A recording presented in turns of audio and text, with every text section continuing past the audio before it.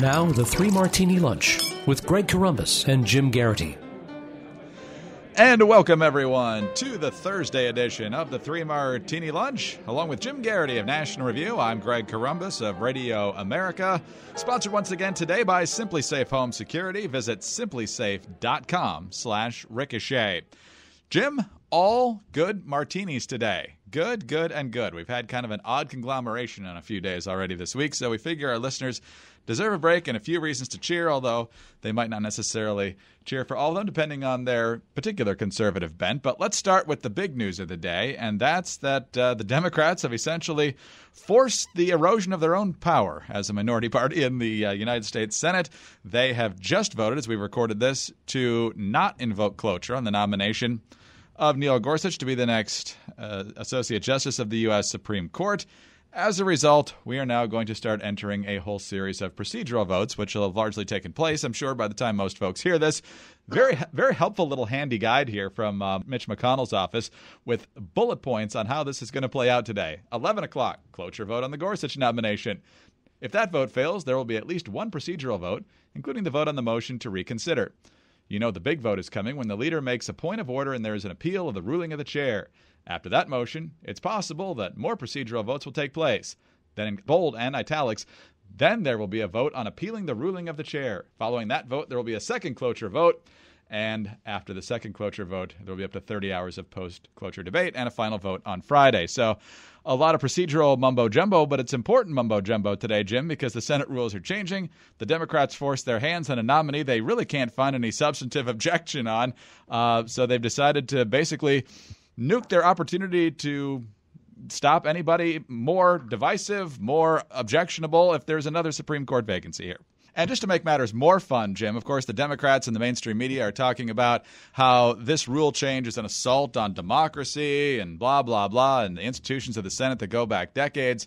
Very interesting how they didn't see it that way just 4 years ago, really less than 4 years ago, when Harry Reid decided to nuke the filibuster for lower court judges and presidential appointments to other positions inside the government. Here's just a quick smattering. Hat tip to Newsbusters for putting this together. Here was Ron Brownstein on CNN back then. Well, the idea of requiring a supermajority for the president to appoint his nominees just is anachronistic. Al Sharpton? This afternoon, Democrats took the bold step of changing Senate rules, scaling back the filibuster that Republicans have unfairly used to block the president's nominees. Chris Matthews?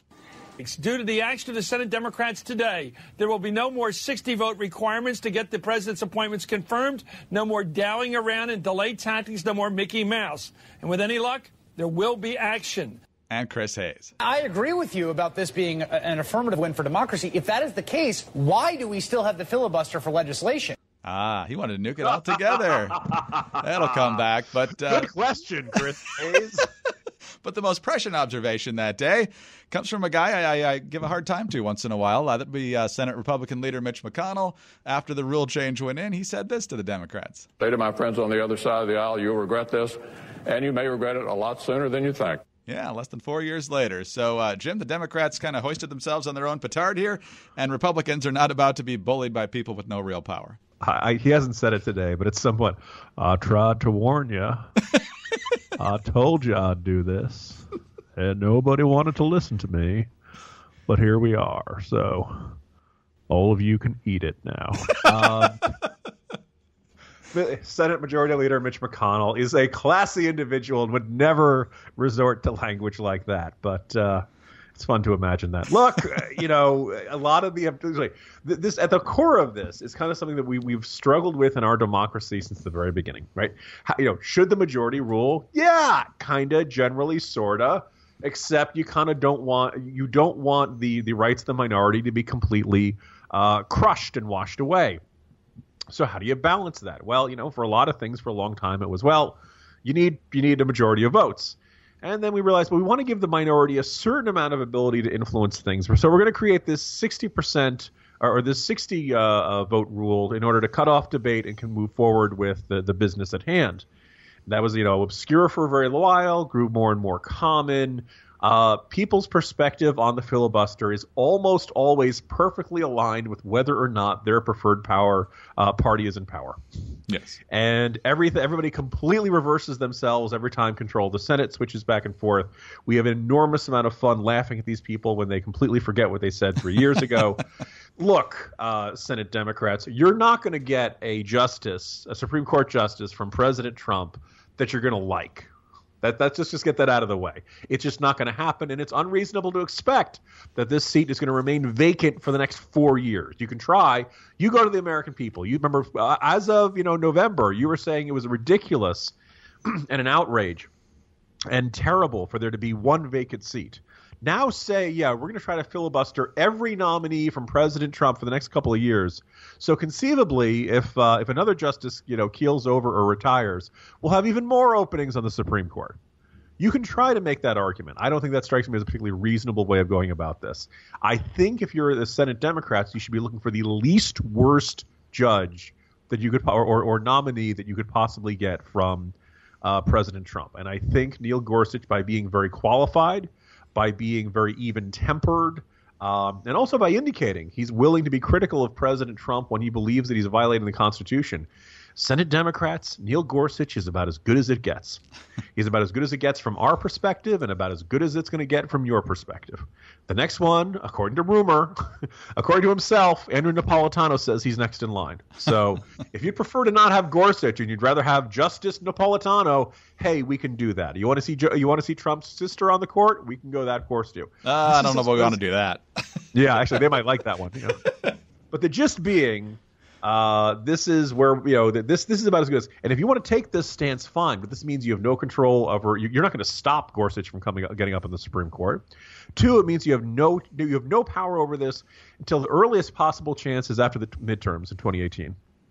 You look at that map. You look at the Senate Democrats who are up. You look at the number of Republicans that are up. The chances of the Democrats taking the Senate don't look great right now. I'm sure there were some Republicans who were saying the same thing in April 2005. Things can change. It's only a 2-seat majority for Republicans, but Democrats just have a lot of seats to protect, and it's just not going to, doesn't look good for them. So all in all, there's a good chance they don't have control of the Senate until 2020. If you guys are comfortable with that, fine, go ahead with this. But otherwise, I would have ditched the filibuster.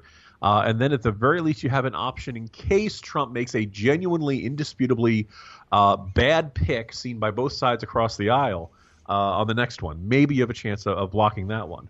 As it is, they will lose all ability to block nominees for at least till 2018 and conceivably for the rest of Trump's presidency. Or maybe even beyond 2020. Let's see how, we don't know when Democrats are going to control the Senate again. Let's move on to the second good martini. And Jim, it's so nice to see people in foreign policy positions that don't grovel and just waffle like John Kerry. And then we had Susan Rice and Samantha Power at the UN for the 8 years of Obama. Nikki Haley is there now. I think a few people were probably surprised that Nikki Haley was the choice for this job. They think of her as governor of South Carolina. Maybe not a ton of experience on the international stage, but so far, as we've talked about earlier in the week, she seems to be the one who's the main spokesperson for this administration when it comes to foreign crises. And the issue on Wednesday was Syria before the UN Security Council.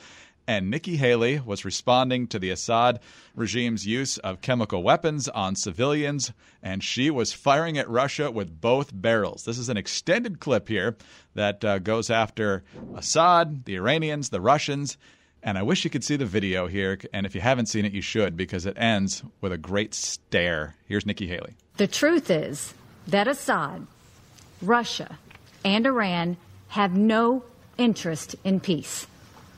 The illegitimate Syrian government, led by a man with no conscience, has committed untold atrocities against his people for more than 6 years. Assad has made it clear that he doesn't want to take part in a meaningful political process. Iran has reinforced Assad's military, and Russia has shielded Assad from UN sanctions. If Russia has the influence in Syria that it claims to have, we need to see them use it. We need to see them put an end to these horrific acts. How many more children have to die before Russia cares? And then she just stared at the Russian ambassador for 3 seconds, Jim. That stare might soon rival the tears of General Mattis at the Pentagon for most effective lobbying, especially if the Russians actually budge here. When it comes to her further comments, she talked about how the UN was essentially powerless to even enforce its bans on the use of chemical weapons and so forth. So who knows what will actually happen here? We still don't know what exactly Trump's going to do about this, but it's about time somebody really called Russia on the carpet for meddling there and then not taking any responsibility. You know, when I saw Nikki Haley making that statement, I was thinking about another high-profile, high-stakes confrontation with the Russians at the UN. Came during the Cuban Missile Crisis. And people, you know, this is a chapter of history that people kind of feel like they know. They may have seen the X-Men movie that alluded to it, but they didn't really pay attention. You know, it's one of the rare moments in time where a presentation at the United Nations was really, really important and may have actually made a big difference on whether or not the entire world had a nuclear conflict.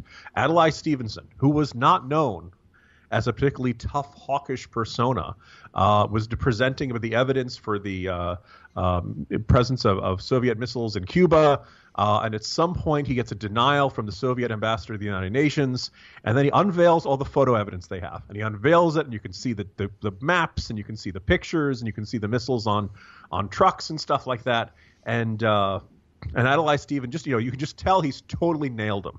And the Soviet ambassador is just sitting there kind of staring with this deer in the headlights look. And Adlai Stevenson says, "Don't wait for the translation. Just answer the question. Yes or no. Do you have," you know, and he really nails it to the guy. And one of the great ironies is that I believe President Kennedy had been saying to Stevenson, "You really got to take it to them. We really need you to nail them to the wall on this so that the entire world realizes we're not the ones who are escalating this conflict. They're the ones who've taken this critical moment." I kept waiting for Nikki, for those of us, for the true geeks in this will recognize, this is the line of dialogue was echoed in, I believe it was Star Trek VI, The Undiscovered Country, with the Klingons using that. But very, you know, clearly kind of a echo of that historical moment in which, look, we all know Russia likes Assad's regime. They're helping him out. They're backing them out. They have a port in Tartus, which is very important for Russia projecting power. Russia is back in business in the Middle East. They kind of stepped into this role during the Obama administration, and it's probably bad for our interests. Well, this also means that Russia pretty much at the best case scenario turns a blind eye when Assad uses chemical weapons. Or maybe they're even encouraging it. Certainly they have no objection to this. And what's more, the actions they take at the United Nations stop international reaction to these sorts of things. And there used to be a broad, across-the-board global prohibition and taboo on the use of chemical weapons. People learned the lessons of World War I. People remembered things like the gassing of the Kurds, and they realized that when somebody else does this, you know, as Obama said at one point, there's a red line. This has got to have huge consequence, or else we're going to face a future in which poison gas or biological weapons or things like that are used with impunity, are used with no real consequence. Earlier this week I had written, it's easy to forget, Greg, back in the Persian Gulf War, you know, when there was concern that Saddam Hussein might use chemical weapons against us or use chemical weapons against Israel and Scud missiles and stuff like that, the statements from Dick Cheney and several other U.S. policymakers were sent through very clear channels to Hussein and the Iraqi regime. Look, if you guys use chemical weapons or biological weapons, we have our own non-conventional weapons that we're willing to use in response. By that, the United States meant nuclear weapons.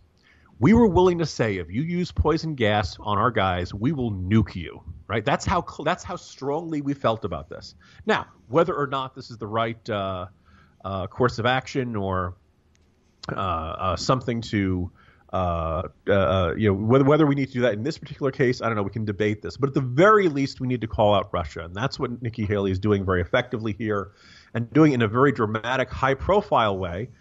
Which I can't help but notice, Greg, is not something Rex Tillerson seems to have any interest in doing, at least so far in his term as Secretary of State. So, as we kind of alluded earlier in the week, maybe Nikki Haley is the de facto Secretary of State when it comes to the being America's face to the world. Which stare would you think was more intimidating, Tillerson or Haley? I'm going with Haley on that one. Oh, yeah. You can tell she's already thinking about what she's going to do to you. That's right. Oh, fascinating backstory there about all the surveillance and Adlai Stevenson at the UN. I was starting to wonder, Jim, if all that sort of surveillance was the the original prototype for Simply Safe, and they just needed the internet and the other things to catch up technology-wise to put the whole system together. We've talked about Simply Safe a lot of different times on this program. We've given stories about why this system would be so beneficial to you and why it's a good deal. But now we're also talking about all of the different features that Simply Safe provides. And because when you order your Simply Safe home security system online, you're really taking the first easy step to protecting your home and your family with entry sensors, motion sensors, glass break sensors. Soon you'll be making your home a burglar's worst nightmare. And you'll be done in under an hour. Simply Safe comes pre-programmed to work right out of the box. Just plug in the base station and it will talk you through the whole process. Seriously, even someone who isn't the slightest bit handy can install it. The entire system is wireless, so there's no need to drill holes in your walls or do any other permanent damage. And once you're all set up, Simply Safe makes it just as easy to stay protected month to month. There are no long-term contracts, no hidden fees. And it's just $14.99 a month for 24 hours a day service, 7 days a week, professional monitoring and emergency dispatch. Don't wait another day to take your home safety into your own hands. Why would you want to? Just get Simply Safe. Go to simplysafe.com/ricochet right now to get 10% off your home security system. That's spelled SIMPLISAFE.com. Go now, simplysafe.com/ricochet. All right, on to our third good martini now, Jim, and this one might be slightly controversial depending on where our listeners are coming from on this, but certainly one of the more polarizing members of the Trump campaign in the last couple months, and certainly in the early stages of his administration, has been Steve Bannon, the former chairman of Breitbart. He has certainly rubbed traditional conservatives the wrong way on a number of occasions. He made some headlines that we talked about towards the end of the failed health care bill effort, where he just went up to Capitol Hill and told conservatives they had to vote for that, and that was the end of the story. Turns out they didn't have to vote for it. Now he has lost a little bit of his clout inside the administration. New York Times, in a move that was widely seen as a sign of changing fortunes, Mr. Trump removed Mr. Bannon, his chief strategist, from the National Security Council's cabinet-level principals committee on Wednesday. The shift was orchestrated by Lieutenant General H.R. McMaster, Mr. Trump's national security advisor, who insisted on purging a political advisor from the Situation Room, where decisions about war and peace are made. Mr. Bannon resisted the move, even threatening at one point to quit if it went forward, according to a White House official who, like others, insisted on anonymity to discuss internal deliberations. Mr. Bannon's camp denied that he had threatened to resign and spent the day spreading the word that the shift was a natural evolution, not a signal of any diminution of his outsized influence. I know there was one rumor yesterday, Jim, that he was only on there to keep an eye on Mike Flynn, and now that Flynn was gone, they just didn't need him there anymore. So Rick Perry apparently got the slot, which led to a lot of gifs of him marching around the Dancing with the Stars floor yesterday on Twitter. So the people who like Steve Bannon, the people who don't like Steve Bannon but think he was a conservative influence, the people who just don't like him at all, reacting to this, how significant is this? It is pretty significant. I think what was most intriguing are the reports in places like Politico, once again citing unnamed White House sources, so you can decide how much faith you want to put into this. But apparently Bannon did not take this well and threatened to quit the White House entirely. His critics would probably say, don't let the door hit you on the way out. But that would have been, I think, the sort of thing that would have had, a real earthquake to this administration, because Bannon is seen as a very big influence on Trump and someone who has pushed him certainly in the hands and had a big say in the travel ban and the various immigration positions and things like that. Look, I've had people who are plugged into the White House describe it to me, a situation which doesn't, the team of rivals approach. Now, I got to say, this doesn't sound like the ideal system from where I'm sitting, but you have Trump. Obviously, Vice President Mike Pence has a great deal of influence over Trump's thinking and decision-makings and things like that, a very trusted advisor. Reince Priebus is the formal chief of staff, and obviously the chief of staff is traditionally one of the most powerful positions in any White House. But then you had Bannon as chief counsel, and Bannon undoubtedly is somebody, some people have described him as Trump's id, that there's somebody who's very much plugged in and very much can have great influence on him. I heard somebody describing that he's the last one to leave in the night, and he's the first one to arrive in the morning because he always wants to be the first person to talk to Trump and the last person to talk to Trump, because those are the people who have the most influence in Trump's decision-making. But wait, there's more. There's Kellyanne Conway, who obviously has a very great deal of influence, was sometimes called the Trump whisperer, the one who could calm him down or get him to see perspectives that he previously would not have even considered. You obviously have Ivanka Trump, perhaps the most influencing, biggest influence of all. Obviously, every man is going to listen to his daughter. And, of course, there's Jared Kushner. Jared is considered to, wearing more and more hats in this administration. So you've got 6 or 7 major figures who all have and then you probably could throw in Gary Cohn on the economic issues. So maybe we're up to 7 really big name figures or very influential people who are all very much concerned about who has the most influence, who has the president's ear, who is he listening to, who's traveling with the president, who's with him today, who's he meeting. And it just sounds like Game of Thrones, Greg. There's this constant backstabbing and leaking and competition and sharp elbows and people who read National Review saw my piece yesterday about how a lack of appointments to the Federal Energy Regulation Commission is holding up these big pipeline projects that presumably the administration would love to see happen, because these are places like Michigan and Ohio where here's some nice $50 an hour blue collar jobs for people, union jobs. In fact, come on, we can, here's a big construction project. This is exactly what he talked about, but we can't do it until FERC gets the nominees. The Trump administration still hasn't formally nominated the figures.